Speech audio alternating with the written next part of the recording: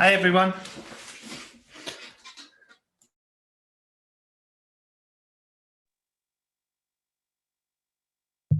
Hi, Michael.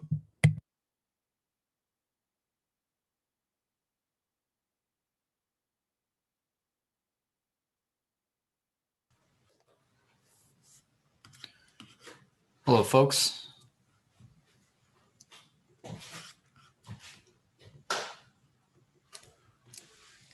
Hi, Lee. We have a very small agenda today, surprising compared to the last handful we've had. So we'll let this one be a little bit more, like maybe we can go deep into action items today, or have a little bit more ad hoc discussion, or just have a short meeting. That's okay too. But we'll wait a couple minutes for the rest of the folks to show up.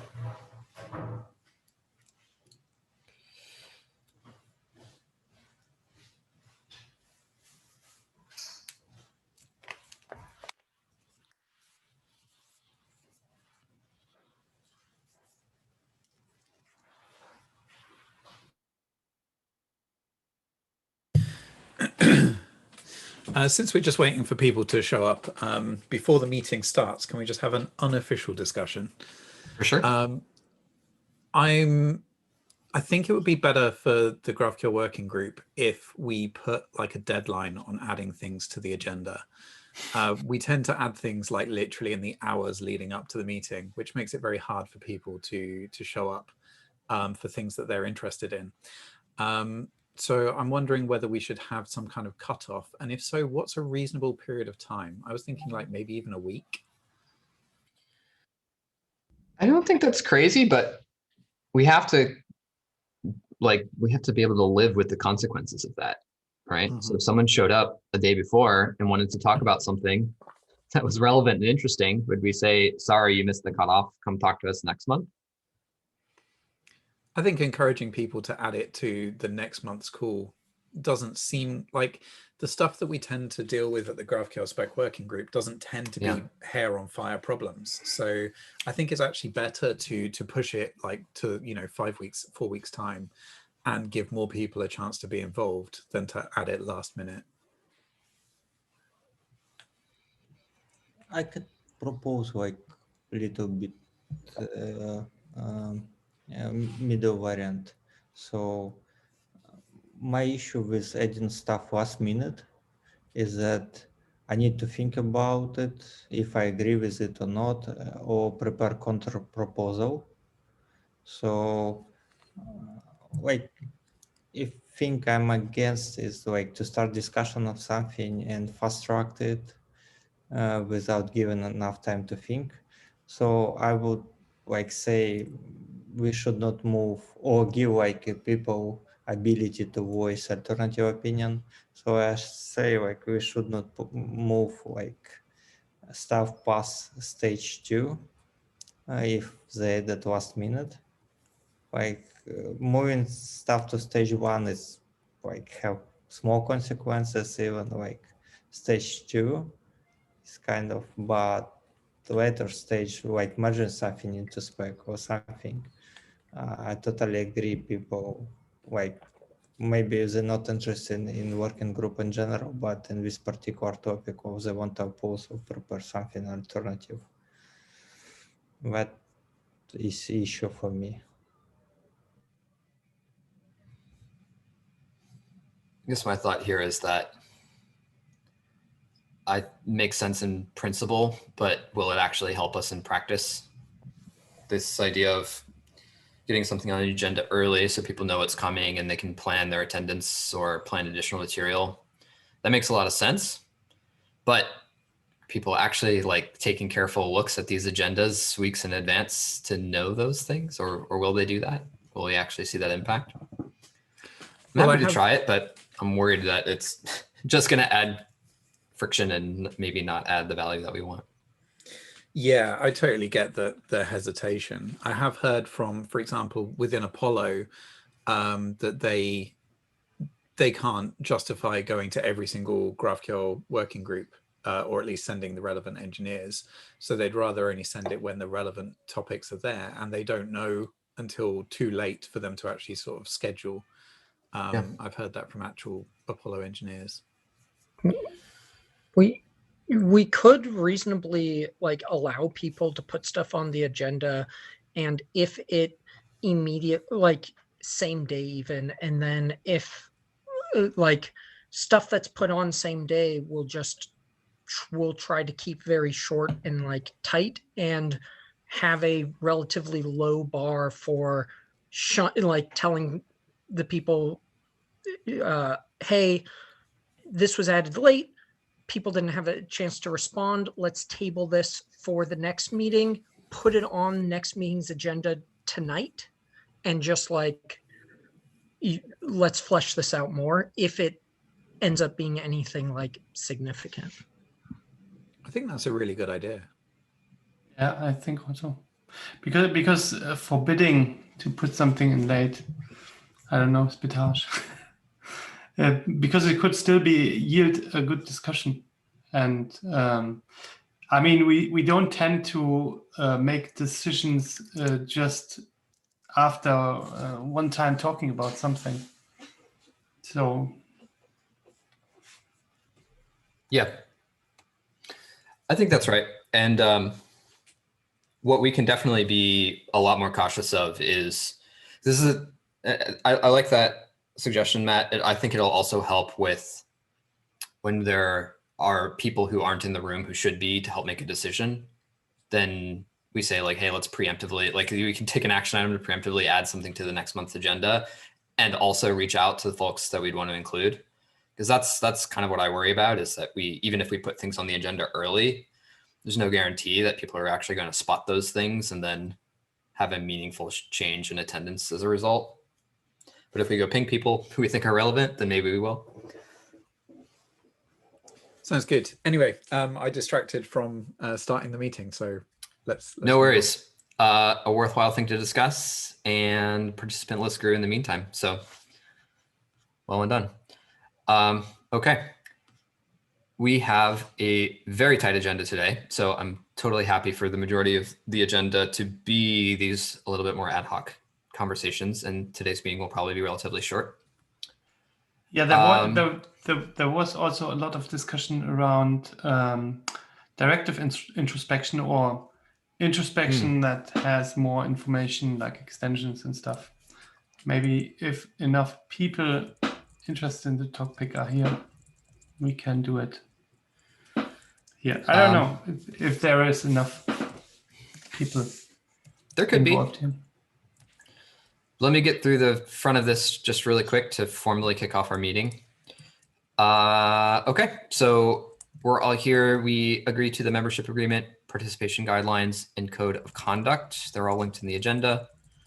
For those of you who have been around for a long time, none of that will look familiar, or all of that should look familiar, but if any of that looks new to you, click the links.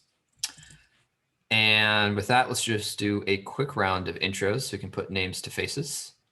We can go down the list in the order that it's in the agenda, which I believe is up to date.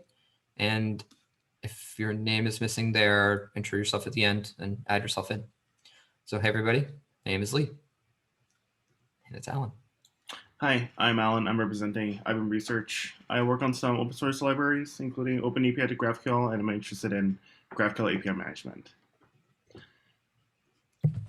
Hello, everyone. I'm Benji. I'm the maintainer of the GraphQL suite of open source tools. Hi, everyone. I'm Evan. I work at Shopify. I've changed my audio. Can everybody hear me? Yeah. Cool. Good. Google had some issues with it earlier, but Zoom seems to be fine, which is good. Hi, my name is Ivan, and I help to maintain GraphQL.js library. Hi, I'm Matt, and I work at Facebook on mostly GraphQL stuff.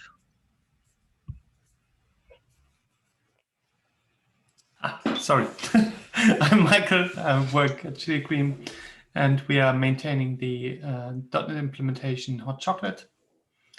Yeah. Hey folks, I'm Rob. I work at Typescript.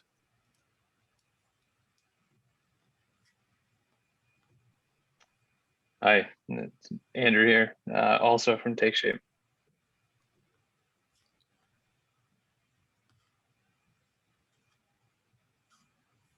Rob, are you there? Yeah, sorry. This is Robert from AWS. Hey, I'm Sasha. I work at Twitter on the GraphQL team. And hi, I'm Steven. I work on GraphQL infrastructure at Netflix. Awesome. I think that was a perfect match. Didn't miss anybody. Amazing. All right. So now we get to review the agenda, which, as you all can see, is exceptionally tiny. So I'm happy to dive into our action items and spend a bunch of time on that and have ad hoc discussion. There's also probably a handful of things that would be interesting to discuss. So maybe we can just take a minute and I'll drop some notes directly into the agenda file. Anything y'all want to discuss today?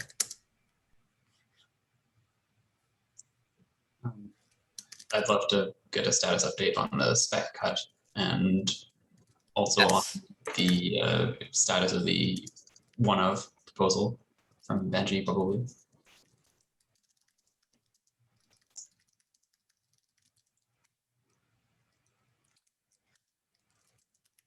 Anything else anyone wants to talk about? I have like small proposal. I didn't had time to prepare PR for spec, but it's for adding description to queries and fragments. Like right now, only types have description, and we have some need for description on queries and fragments. I think it's like 5 minutes would be enough. Just like if people interested, or maybe I'm missing something, why it's problematic to add this. Very interesting. There's a few quite small open pull requests against the GraphQL spec that I've got. Some of them like only words or sentences that I'd be interested in getting reviewed.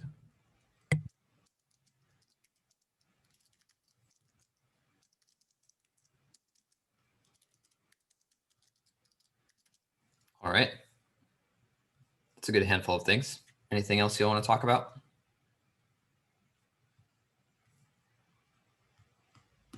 Okay. Adding these into the agenda. If you reload, they'll be there. But let's start with action items from previous meetings. And clicking that link, let's see if there's a better way to filter these. So I just want ones that are open. I'll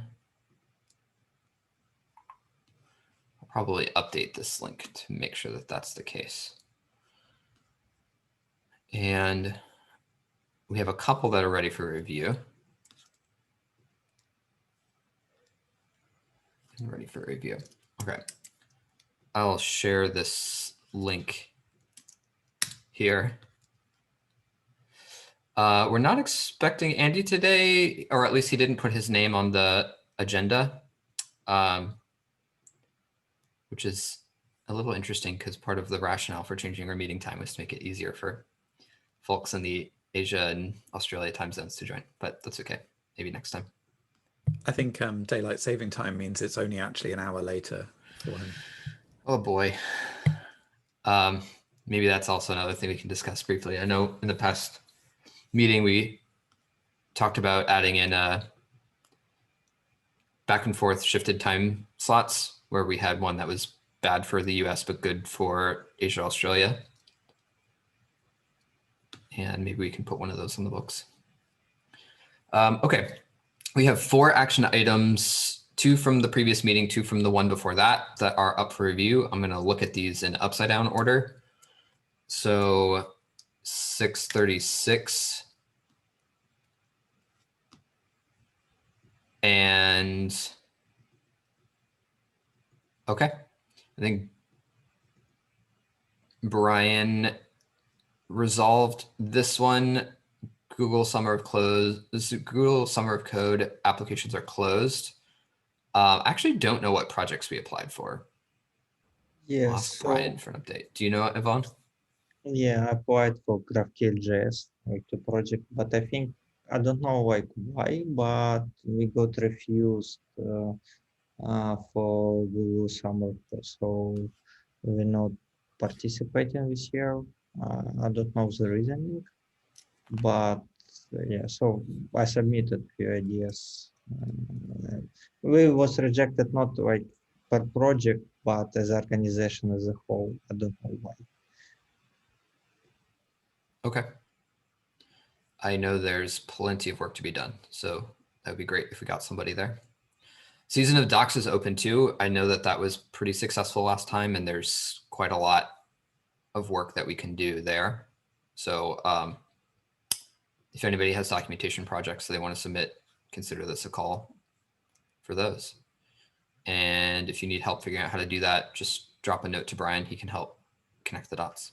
I think we have like in Foundation repo, there is like under GraphQL organization, there is Foundation repo, and over there is a mentorship folder, and you can see application for last year for Google Season of Docs. One thing I think maybe action items for Brian if we can make it to find out why we got rejected for Summer of Code and if it's worth to apply for Season of Docs, because like I spent like half a day preparing these proposals, and it would be sad if somebody spent the same amount of time to prepare for Season of Docs and we got rejected. I will ask Brian about that. I don't know if they give us feedback or not when they turn them down. He might know. All right, I closed this one. And next one is 640. Ensure all CLAs and copyright notices and GraphQL repos are up to date.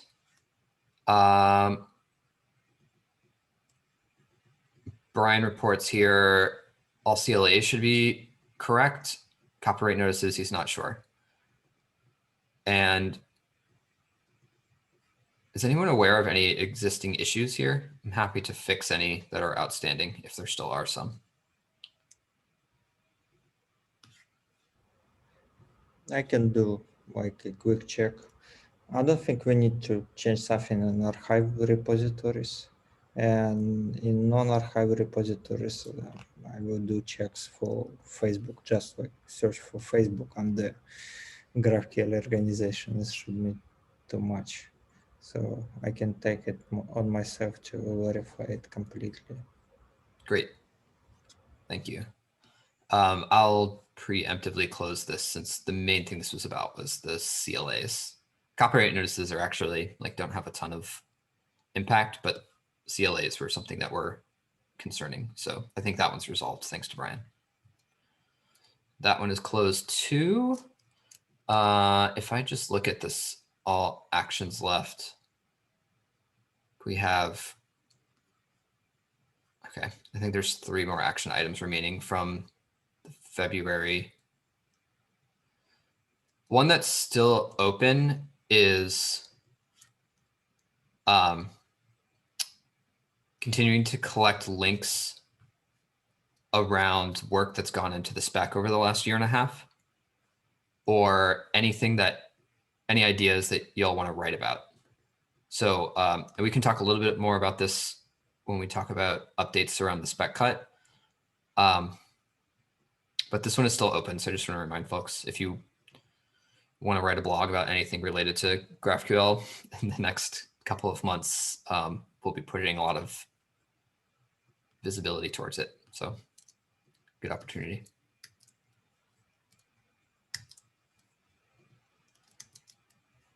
All right, next one was from last month, which is 641. This was, oh, there was some calendar incorrect time issues here. And Evan, I think you spotted one follow-up one, and I think that is all fixed now. Is that right? Yeah, we're all good. Sweet. Okay. I think one of those calendars should probably just be deleted, but Yeah. I don't know who or how to do that. But they all work, at least. I think I have the old one. There was one that came out of, it was like right around the time when we were forming the foundation. And so I had the old calendar invite, and Brian set up one on the foundation's calendar. So probably were subscribed to that old one that I had. So that's a good call. I'll just delete it. Yeah, I liked it. This one is good to go. Yeah. Yeah, I see that. Calendar.graphql.org. Cool. Okay. Most excellent. And this last one, yep, this one's good. We moved this default value coercion rule stuff forward. So this one is also closed. And looking at other open actions from last, there are a handful. I think they're all on a combination of Benji and me, although 2 of them are marked as everyone that are still open. And those 2 are making sure, so this was a call for implementers, making sure that the changes to the default value coercion rules weren't going to break something. I'll drop a link in the chat to that one. So I know Benji especially will appreciate some following on this. This is one that definitely we want to see be resolved, but we want to make sure we're not breaking anything for anyone. So .NET, JS, some of these core implementations, we should make sure that we're not breaking anything with this proposal.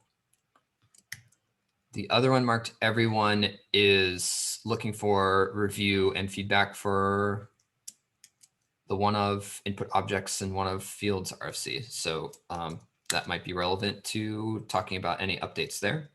So I would say this one's still open for input. That was an action item from last time. So just a reminder about that. I think that's all of our actions. See if, or that rather that closed all of the ones that were ready for review. We still have 22 open action items. I don't think it's a great use of our time to dig through all of those collectively.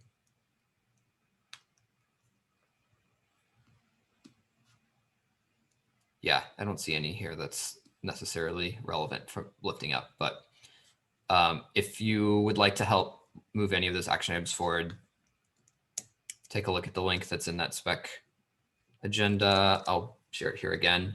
This is all of the open action items right now. So feel free to scan through those, and if you see any ones that are relevant to you. Some of them are marked to everyone, so worthwhile to look at those first. But also if you have an ability to move any of these forward, a lot of them are on me, Brian, or Benji. So I know we're taking a lot of lift here. So I'm sure we could all appreciate a little bit of help.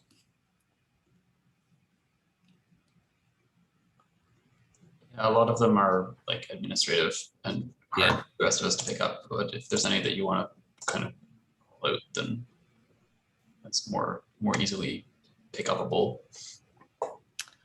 I might take a spool through them tomorrow and flags for some folks if there's some room to delegate some of those out. But yeah, the administrative ones, I'll make sure Brian and I get on top of quickly. Any other thoughts or questions on action items? All right. So spec cut update. Great question. This one's on me. So we are almost there. There is, I think, 1 or 2 more final phase proposals that were accepted and still need a review from me to be merged in. There's also some administrative stuff I need to do on top of that. I'm going to do some changes to the top. There's some section at the top that has some legal text that I need to update that I was waiting on Brian and one other person from the JDF to get me some clarity on. That was related to our move. We just moved that don't remember, is it V2 to V3, something like that. We advanced the version of the legal text. I need to make sure that's correctly reflected. But those are all eminently doable. And my plan is to have all of that done within the next week, at which point we will have a draft that is a candidate for a cut. And so the like formal step there is to have the technical steering committee take a formal vote on making a cut from that draft. And I want to make sure that everyone has ample time to read that and make sure that that's the case. So my plan here is by the end of next week to have that candidate out, and then I'll start making noise for all the steering committee to take a look at that and take a pass through and see if there's anything that they're concerned about, otherwise to give their vote of support. And then in next month's meeting, we'll take that formal vote. If we haven't gotten everybody's informal vote ahead of that, and that'll be it. We'll do a cut. And then we'll make some noise. Go do some tweets and write a bunch of blog posts, or put a bunch of traffic towards ones that are already up. And yeah, if you wanna write a blog post about something that has been added over the last couple of months, my plan for marketing around this is basically going to be over the like month or so after doing the cut is to just like routinely drop links on Twitter from both my account and the GraphQL account towards various blogs. That's like, yeah, we did this cut a couple of weeks ago. Like, check out this great blog post talking about one of the things that we did. And we'll just like keep doing that. So drawing a bunch of attention to more towards like the work that went on rather than to the fact that there was a cut, because, you know, we are always following the draft. So the cut is really just there. It's like a celebratory moment and like a little bit of the legal framework of how the spec works.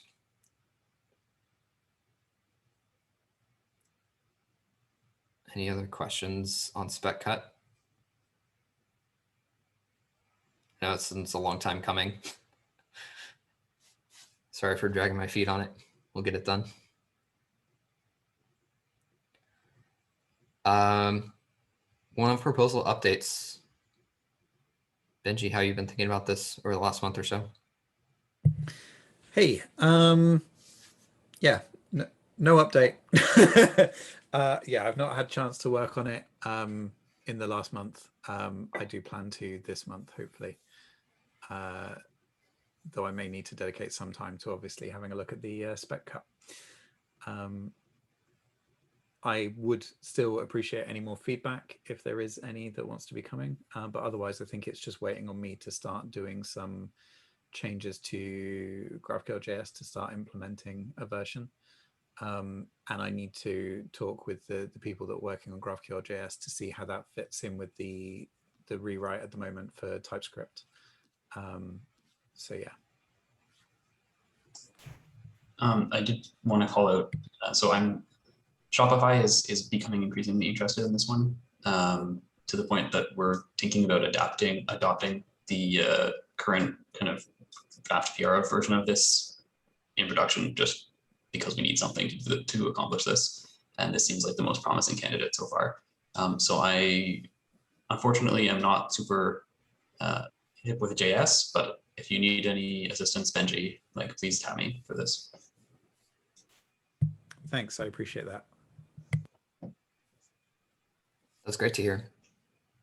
Excited to see. I mean, that's also good since you guys have a lot of room to sort of figure things out on the fly. So if you spot like real issues in a real large schema, I'm super curious to hear those. I think that's going to be like very, very useful to build confidence in this direction. Agree. I see a question in the chat around names for spec versions. In the past, we've named them for the year in which they were released. Though I'm not opposed to doing something more cute. I don't know. Does anyone have ideas? I was kind of joking, but I'm not against it. I always liked Ubuntu's naming scheme for their versions. Mm-hmm. I think for GraphQL India, they had like marketing material and they sent a bunch of questions for speakers to answer. And one of them, what plant you associate GraphQL with? and they like did a montage on that, and it was like some cool plans.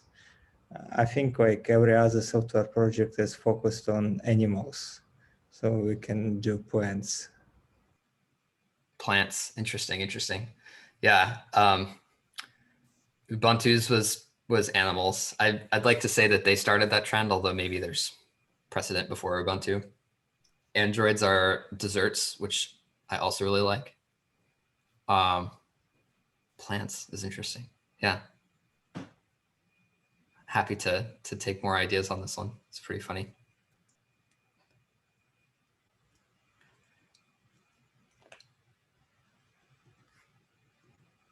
All right. Actually, this is a little bit in the middle of the agenda, so sorry for this, but Yvonne, I was gonna hand it to you next anyway. I'd love an update on the TypeScript migration for GraphQL JS. Can you tell us a little bit about how that's been going and like what the trajectory of that's like? Yeah, so we have like almost, I think like 6 million downloads per week for GraphQL JS package. So we try not to break unnecessary break stuff. So strategy was initially we tried to do it as non-breaking release and quickly discover it's not possible, even though TypeScript like it's just type annotation, but still like to properly type things in TypeScript we need to change some stuff. But most of them, so idea is not to do like TypeScript specific stuff. Idea is to clean up like flow hacks and stuff that look weird anyway. Like for example, forbid to call to make non-nulls and list without new, which was really strange.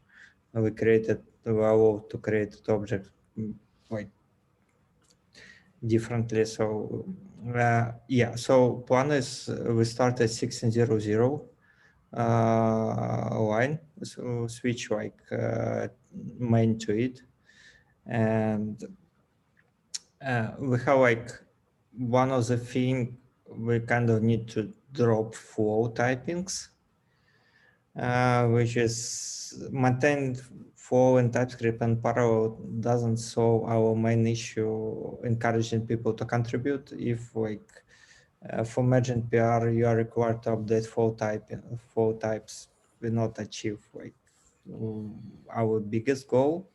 So we need to drop flow types.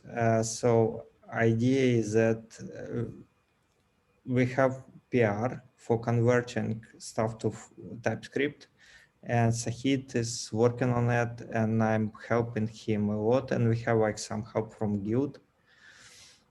So idea is that Sahid like advanced with PR, and right now we fix all TypeScript issues, but some of the fixes required workaround, which is not really stuff that we want to merge. So idea is that we incorporate all the fixes into main. Some of them might like breaking, but at the same time we have like 95, I would say, % finished PR. I expected like 1 or 2 weeks for us to like incorporate all the fixes, at least try to solve it properly. If something is like really hard, we just like disable TypeScript checking on that. And we will release Alpha 1 for 1600 with flow typing, still with flow typings, and still in flow. And immediately after, like we give 1 week for people to test, and after that we merge with PR.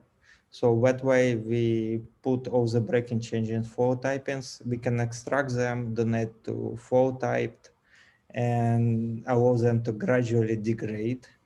So they will be usable for like next year until next breaking release. So yeah, it's kind of like a little bit of dancing, a little back and forth, but we're going there.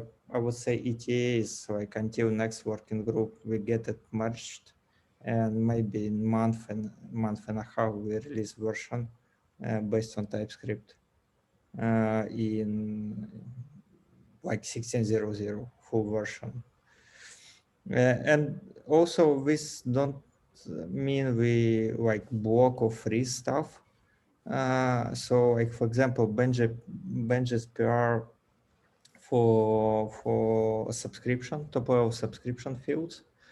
I plan to review it. I just didn't have time. I had like COVID last month, so it's affected a lot like my work schedule. So I will measure it, and Sahid will rebase his PR. By the way, he's doing excellent work. He break his PR in like 70 or 80 commits, each doing individual. The humongous PR. Yeah, humongous PR, but it's reviewable and it's rebaseable. Every time he rebase it, it's like it took us.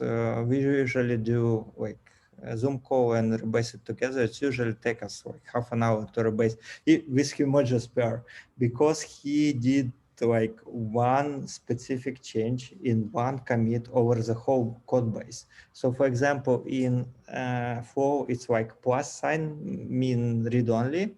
In TypeScript, read-only is read-only. It's actually like written read-only. So he created a separate commit to convert all plus signs to read-only through the whole code base. So it's it's like reviewable, even though it's like 4,000 line. You can review every commit and see, yeah, this commit is just like change plus to read-only. So it's nothing else to review here. But with commit change, like some utility types exist only in Flow, and TypeScript is done differently. So I need to spend time reviewing this one. Yeah. So I want to give a shout out to him about this. And for everybody else, including Benji, it's not idea that PR stage 2 proposals, it's like open to merge.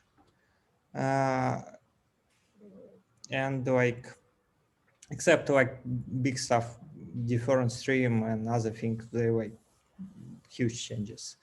Yeah. But everything is open, and even we don't plan to change API, major change to API, just like typings. So if you start working on PR on the current code base, it will be just like small changes in typings, and I can assist with rebase if you prepare PR and later we like merge with humongous TypeScript PR.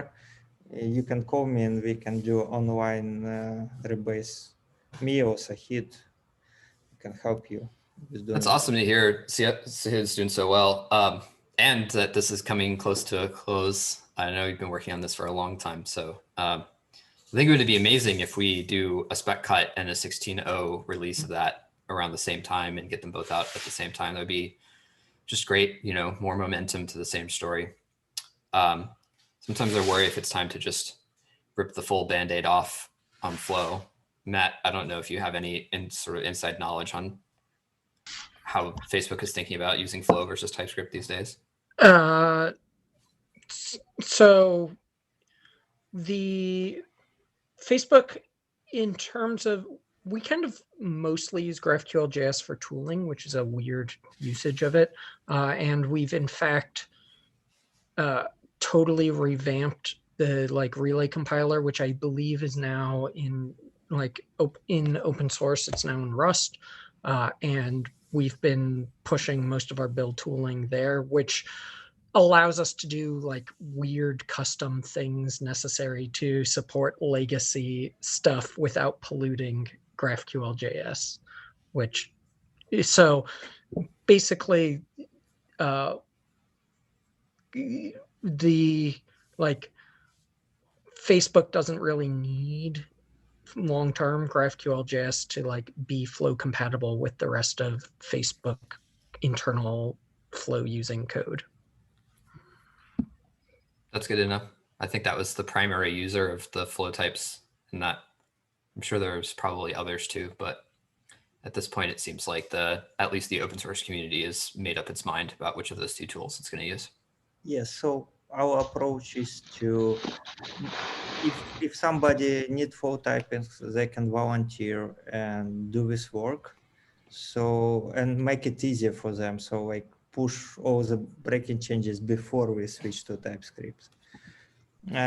Plus, like we have like interesting idea for testing if we break something or not. So Sahid generated packages before and after TypeScript migration, and he running diff and see that we don't change code, we just change typings. And so far we managed to make it without like code changes. And we try to do the same for generated DTS files. So even DTS files will stay mostly the same. There is like some weird stuff that TypeScript compiler doing differently versus like people writing them by hand. But yeah, so like it shouldn't be disaster.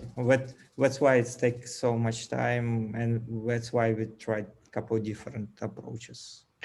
Just curious if you've tried any of those like automatic TypeScript to flow converters, because we have like a couple usages of importing like flow types from GraphQL JS. Nothing too huge, but yeah, just, I mean, even something dumb like that would be like vaguely helpful, but also not a big deal either way. But just curious if you've investigated that. Yeah, we investigated, and there is Dotan from the guild. He also investigated it.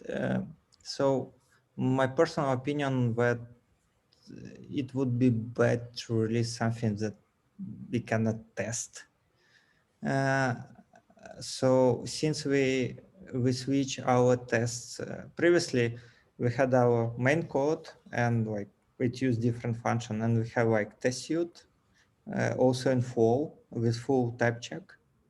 But since we're switching fully to TypeScript, is basically mean we can run this tool and we can produce a result, but we don't have any way to know if it's like make any sense or not, and how to patch. More importantly, even if somebody discover issue, we don't know how to apply this patch. We can, so it's required some investment. First, we want to see if somebody and I don't want to put like, if somebody prepared PR against GraphQL JS, I don't want to require them to test flow or to change flow or apply some patches or rebase patches. So this tool sounds good, but we have like 300 functions. Like API surface is huge and typings are huge. So I would expect something not working right. So only if somebody volunteered to do that. Plus there is like flow type repo. Nothing prevents people from collaborating them there.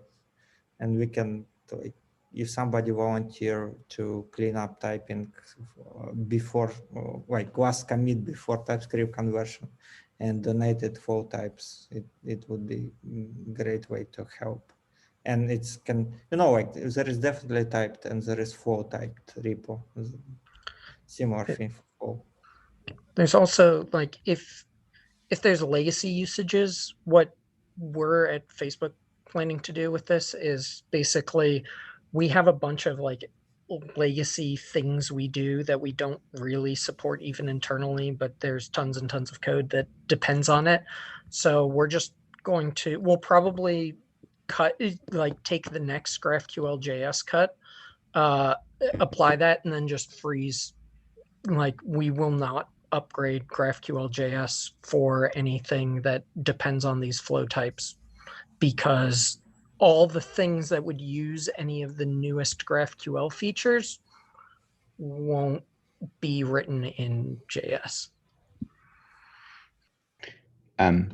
Makes sense. There is the community like flow types project, I guess. So I'm wondering if someone's just going to commit that, and some hero is going to maintain the flow typed version of GraphQL JS even after it's been converted to TypeScript. So I'm hoping that happens, and maybe, I don't know, we'll see who gets there first. But yeah, so another option maybe. I think it's actually a very reasonable option. There's the flow typed repo that is exactly that pattern, right? Where there's basically a follow on of the TypeScript's like typed npm space. So that's probably the right way for that to maintain itself over the long run.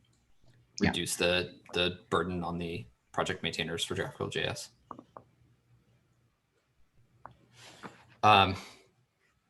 Sticking with you, Yvonne, you wanted to talk a little bit about adding descriptions to queries and fragments. Do you want to give us a preview of that? I'm sure you'll have more to share in the next meeting. Yeah, so I wanted actually to prepare like last minute PR and last minute addition to agenda. But like in nutshell,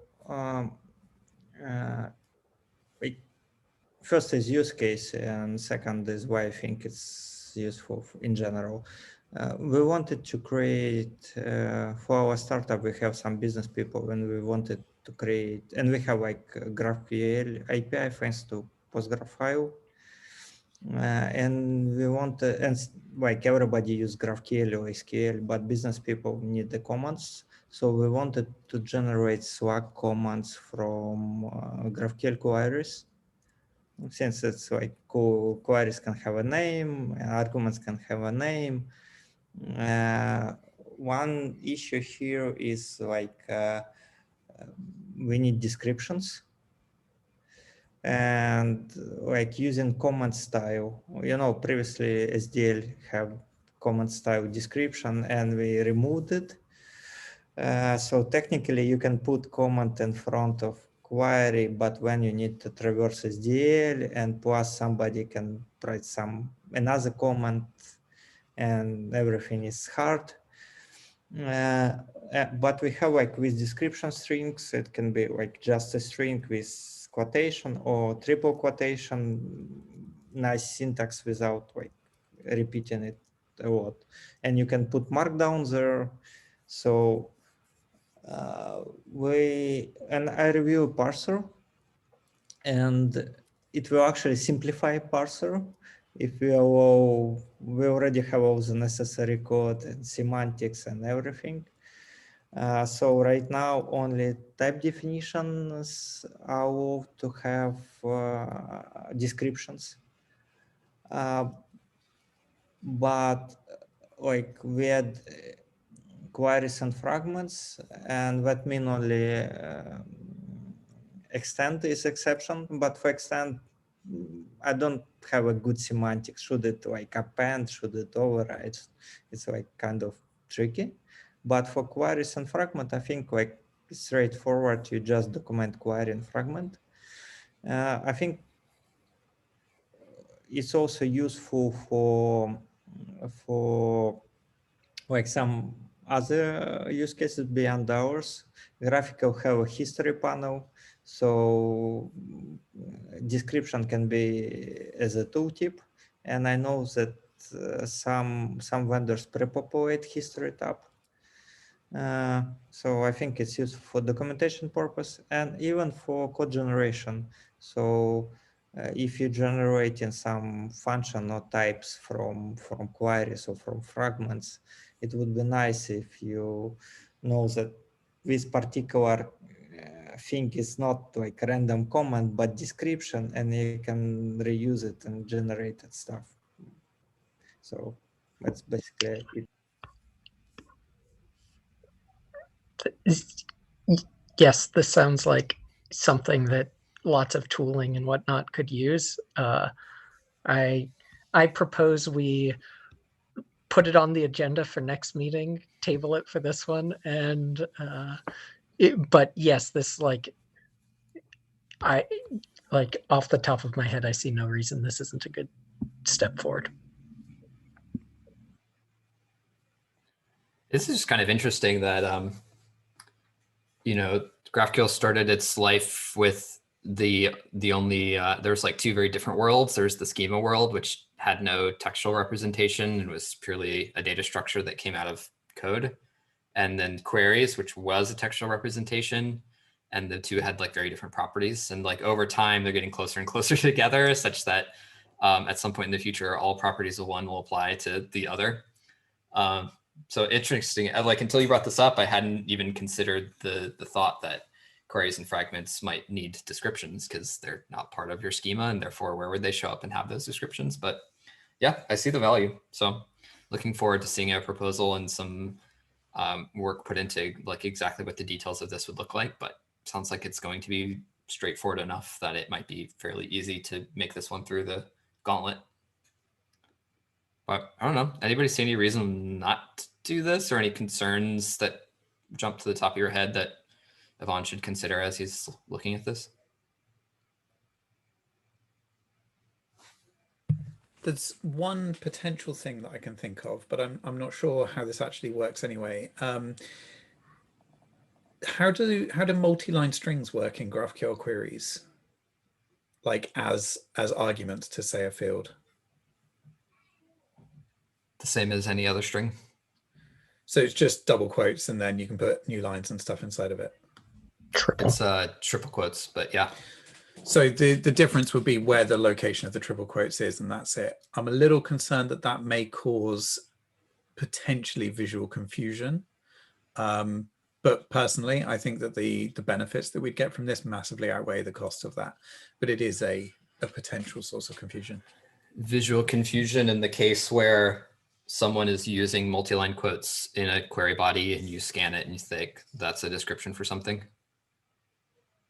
Or the other way around, like where they see a description there and they think it's, oh, that's an invalid GraphQL query because it's got a, that should be the value for an argument. That's interesting. Yeah, if we followed the same syntax rules, which seems like would be the reasonable path to pursue first, then that's not a pattern that is currently allowed today, to have a floating quote body outside of the context of a place where you could put one today. So it is just, it's purely new syntax, no conflict. And, but yeah, that's a good point. And maybe an idea around like syntax highlighters and sort of like a recognition that that position is different than an inline quote. I think Python, a lot of Python syntax highlighters have the same property where this is like the documentation style in GraphQL is basically directly inspired by how Python does their documentation with quote bodies. And I know a lot of their syntax highlighters will quote or will color descriptions differently than they'll color quotes that appear in a quote location or value location. But yeah, great thing to think about. Clarify this point quickly. Like there is two forms, shorthand form with just like curly braces. And for curly braces, adding description don't make sense if you don't bother to add like a name to your query. Like why do you want to add description? So I plan to allow description only for like full form queries. And it's mean like word query and curly braces, mutation, curly braces, subscription, curly braces. So in that case, it's less confusing because it's like you can, you see like something defined and before that description. And another point is like,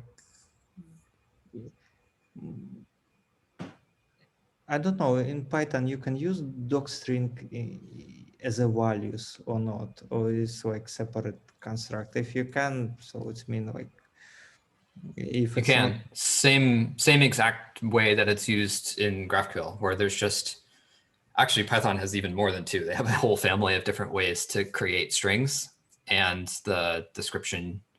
Actually, can't remember if description is limited to only being docstring style strings or if you can use multiple, but you can definitely use a docstring type string anywhere where a string is valid in Python. But that's a good point. Actually, maybe now I'm interested to see exactly what the detail of how your syntax proposal is going to work, because right now I think it's written where there's actually there's the simplified form where it's just purely the selection set, but then there's also a form where you say, you know, query whatever, and the name there is optional. So you can just have like an unnamed query, but it's still explicitly described as a query. So you've got some room to sort of figure out exactly where that lives. It'd be interesting to see. Okay, I'm excited. Looking forward to seeing that. I think the last thing on the list here is, Benji, you wanted to take a look at a couple specific PR reviews. Yes, that is correct. Let's just dive straight in. So the first one is spec pull request 828, where there just seems to be a missing definition of what the selection set is in this particular piece of text. I noticed was comparing, create source event stream to one of the other places that's quite similar. And this one just sort of pulled selection set out of the air. So I believe that what I've written is the correct text.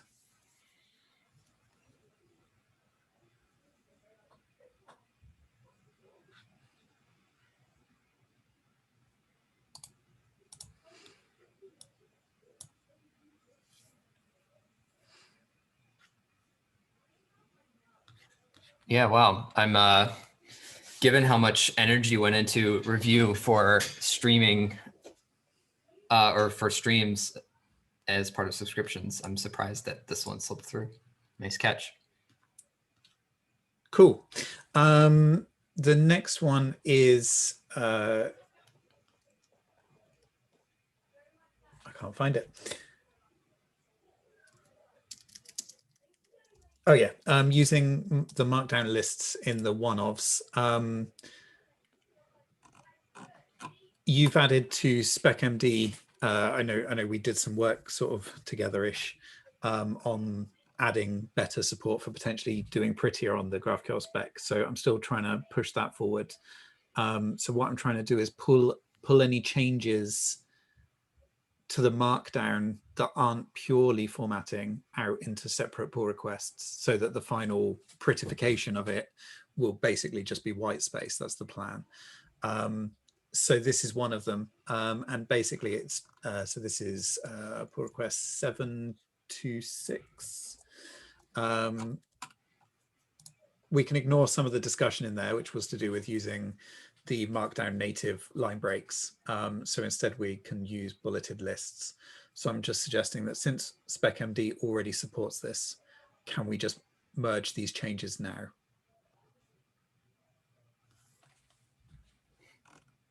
I like your musing here, and I think you're probably right. The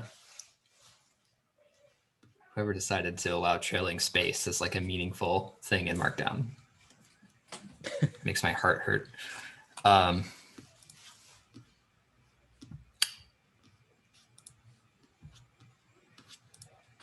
Yeah, this one's super straightforward.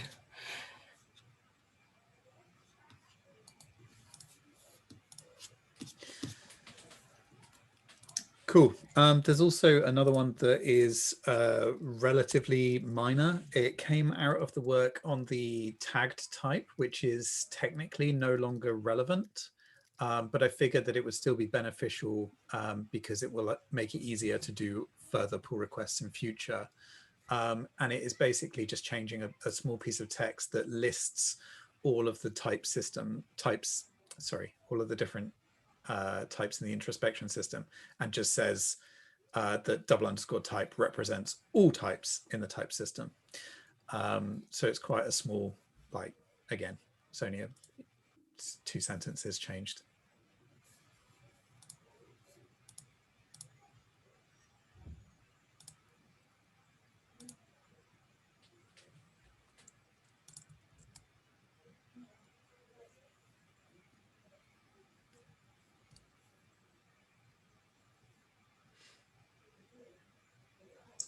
Does it represent the type modifiers, like the concept of a list, or does it represent the modified types, like the concept of a list of integers? Yeah, it also represents the type modifiers.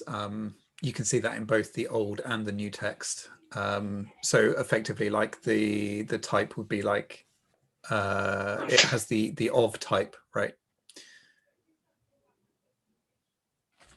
I forget what is it called kind or something like that, I think.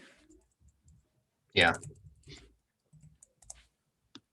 There is the type kind enumeration. Here's the link to the both part in use the cases. GraphQL spec. Yeah, there's one for list and non-null. That makes sense. I'm just going to suggest an edit, and I'll just like layer it in there, and you can comment directly there. I think like the trade-off here is when you spell them all out, then it is more clearly obvious what it is. And actually, I think this is a good. Or actually, yeah, the previous one did cover both the name type and the modifiers. Yeah, I'm wondering if we want like examples there, like help people understand what both of those cases mean, or if this follow-up sentence you have is enough.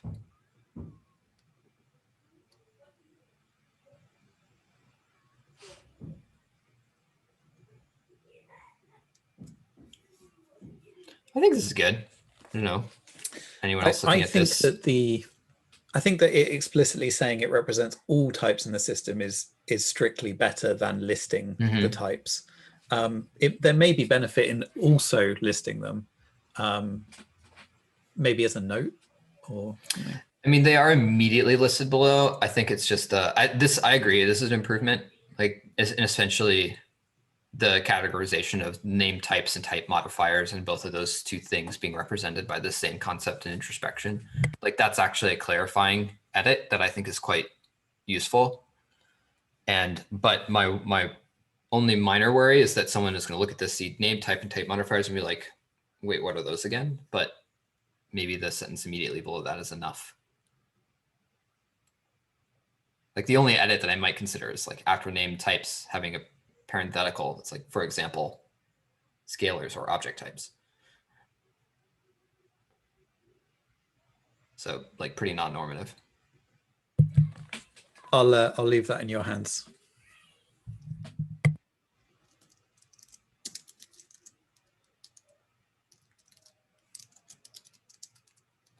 All right.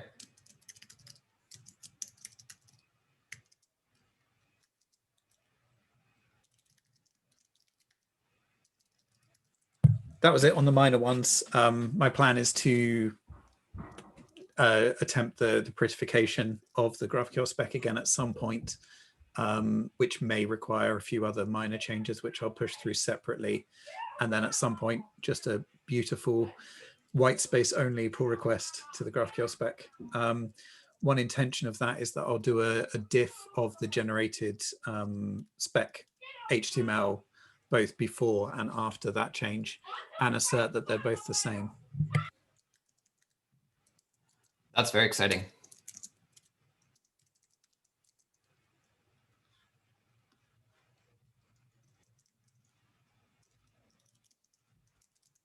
Okay, I'm just going to make a minor suggested edit to this last one that you have, and then otherwise I think this is great.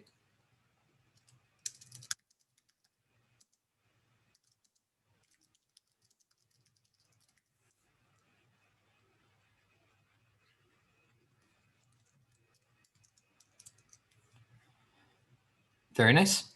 Okay, I think that's the lot of what we wanted to talk about. Anything else of anything they wanted to cover or bring up? Questions?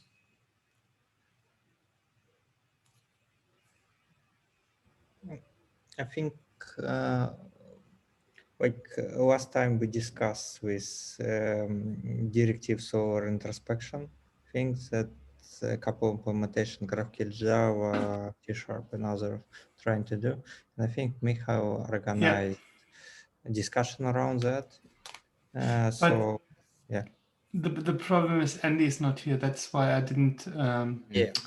That's why I didn't bring it up. I wanted to discuss it initially, but so we have implemented it, and GraphQL Java have implemented it, and I think GraphQL.net also has implemented it.